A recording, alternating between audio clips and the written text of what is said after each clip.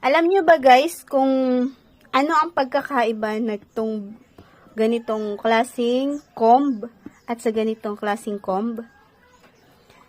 Ito po, ang ganitong klaseng comb guys, may kapag kinagat nyo siya at lumapat sa inyong mga dila, matitikman nyo yung parang may gatas. Parang may gatas. Basta may something kayong matitikman, yun po yung bahay na B sa loob nito. Makatas-katas po yung matitikman nyo. Dito naman po,